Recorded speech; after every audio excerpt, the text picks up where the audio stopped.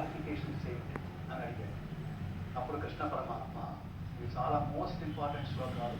భగవద్గీతలో విశ్వరూప సందర్శన యోగం 11వ అధ్యాయంలో 54వ శ్లోకం 55వ శ్లోకం ఆ అర్హతలు చెప్తున్నారు.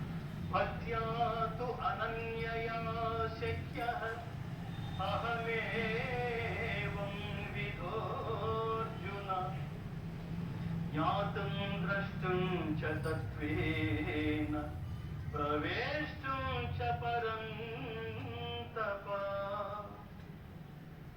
నా విశ్వరూపాన్ని గుర్తించడానికి, యథార్థంగా గ్రహించడానికి, చేరుకోవడానికి అనన్య భక్తి చేత మాత్రమే సాధ్యం. రెండో శ్లోకం చెప్పాడు. మత్కర్మ కృన్మత్పరమో